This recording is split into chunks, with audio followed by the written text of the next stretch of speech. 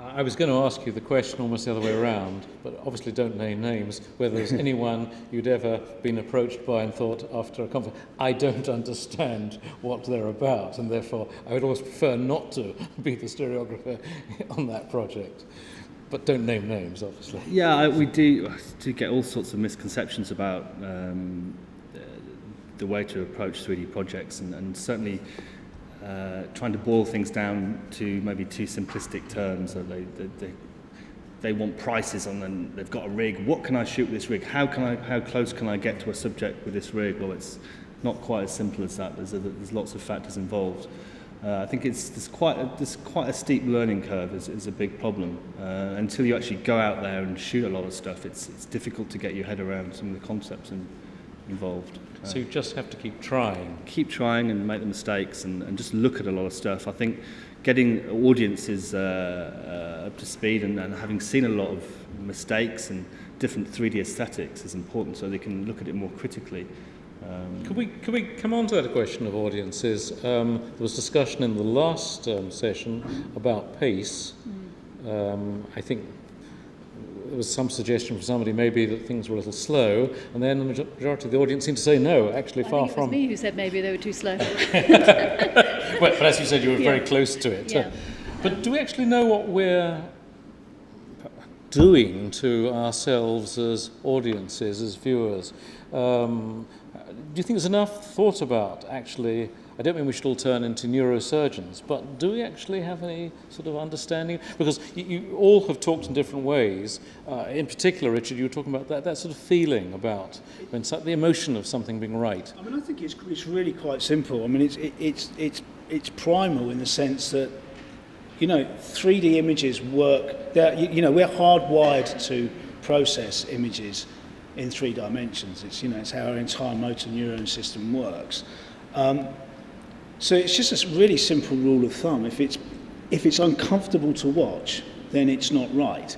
If it's absorbing and it's immersive and it draws the audience in, then it is right. And it doesn't. They're the kind of principles I think one needs to be applying when you're shooting and developing and post-producing 3D. It's how it feels to watch. Yeah, but the problem is that what's comfortable for one person isn't comfortable for another. I mean, just by the very fact of some people's eyes being closer together than others, your experience of viewing the same images is very different. And I mean, I, for example, have an incredibly low tolerance. I feel sick very, very fast if I perceive the 3D as, I don't think about this, but I just feel sick very fast when the 3D makes me uncomfortable. And so, whereas Mark, for example, who's got his eyes are much further, he's much more tolerant. I think age affects it. How elastic your muscles are in your eyes. What kids are capable of doing, I don't know. Their eyes are probably much closer together. So I think this notion that, sure, we do all see in 3D, but I think the way we perceive it up on the screen is a very variable experience. Richard, I think things are the problems are more pronounced when you're dealing with images in negative parallax than positive parallax. I think that's where the discomfort comes. I think there are a great many reasons for discomfort in a viewing environment. Some of it is the sort of obvious, you've got something poking you in the face, your eyes are doing that, it's hard. Watch a lot of films that are currently out in the circuit in 3D at the moment, with the possible exception of Tron, have almost all been dimensionalized. It's not a good or a bad thing, but what they don't necessarily have is the control of the detail of how your 3D is actually working. In post-production, for example, in a depth grade or in a way of actually settling the images comfortably within your brain, so that when they're viewed in a sequence of images, you're not bouncing around here, there, and everywhere. There are things like handover passes, so you're changing the convergence, so you're cutting on the same point of convergence between shots that makes the handover easier. If you're doing this all the time, you will very quickly get sick. There are things like kind of making sure that the alignments are all absolutely correct, that you actually pixelate the line correctly, otherwise you're still trying to squint and it's not working. It's like taking out kind of polar flares and bits and pieces, which gives sort of soft focus images in parts of the eyes with slightly smudgy bits and pieces. There's a whole host of little things that you need to do in order to make that viewing experience good.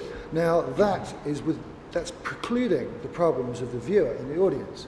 So when you put all of those together and they're not done, and you have an audience which has a variety of different abilities to view 3D, and as Vicky was saying, age plays a part,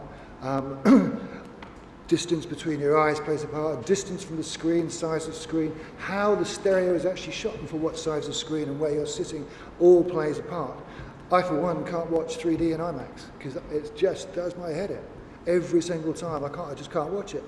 Go and watch the same film in an Odeon, which is a big screen, and it's fine. I don't have a problem with it. I just can't watch IMAX. That's me. There are a host of things that can cause problems, and they're almost all of them fixable apart from the person.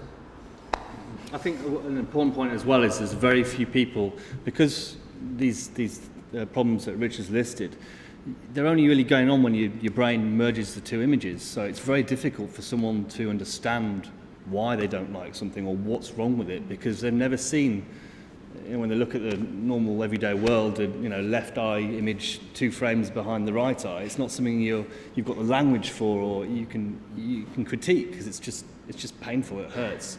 So people developing that ability to critique and have the confidence when they see something they don't like to say, actually, that's not right, is very important, because otherwise these things get left in. I wondered how much it might have to do with the notion of immersiveness. I don't know whether anyone else in this panel, I confess I have lain in flotation tanks enough times to know I've tried to achieve the outer body experience, and I know you don't achieve it in under at least 3. You don't just go in and do it.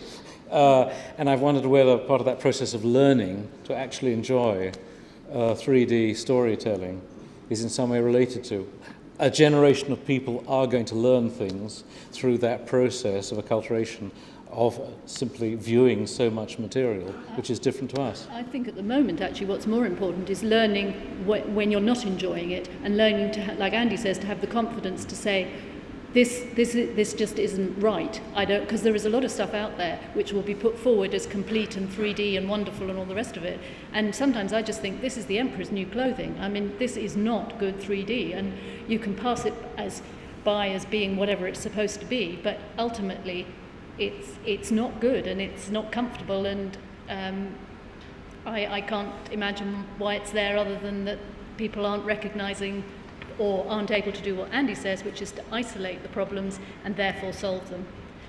Because that's a hugely skilled area. Is that part of this process of change which you talked about? I think all of you have talked about in different ways. Things are going fast, and in that process, as some have said of, say, the Industrial Revolution, a lot of questionable things happen as well as beneficial things. I think that what you will find is that the 3D that we are looking at today and that we are trying to make and develop a language for will change relatively rapidly in the way that long focus shots or deep focal plane and long lens shots, a lot of fall off out of focus. When that was first utilised, people said that won't work, we can't have it, it's horrible, it looks disgraceful. Every other film has that in copious amounts now. We've learnt to accept that that's part of the language, that's part of it. And the same will happen with 3D in terms of, okay, I'm used to that being out of focus. We will need to learn as an audience how to watch it in the same way that as filmmakers, we are needing to learn how to actually make it. And to some degree, the audience will actually dictate what is acceptable in terms of the language, because they just won't go. Well, I think don't think we're you're at not. that stage now, though, really. I mean, the audiences are becoming very discerning about what's good 3D and what's not good 3D. And, a number of the films that didn't perform particularly well last year, or not as well as expected, were films which were dimensionalised, were dimensionalised quickly, and ultimately were pretty crude approximations of 3D in comparison to films that have been shot in 3D. And audiences, they may not be articulating it in a particularly technical, in a particularly technical manner, but the way in which they're responding to those films, it's indicating. Standards as far as 3D, what's acceptable, or what's demanded by audiences in 3D is, it's becoming more sophisticated.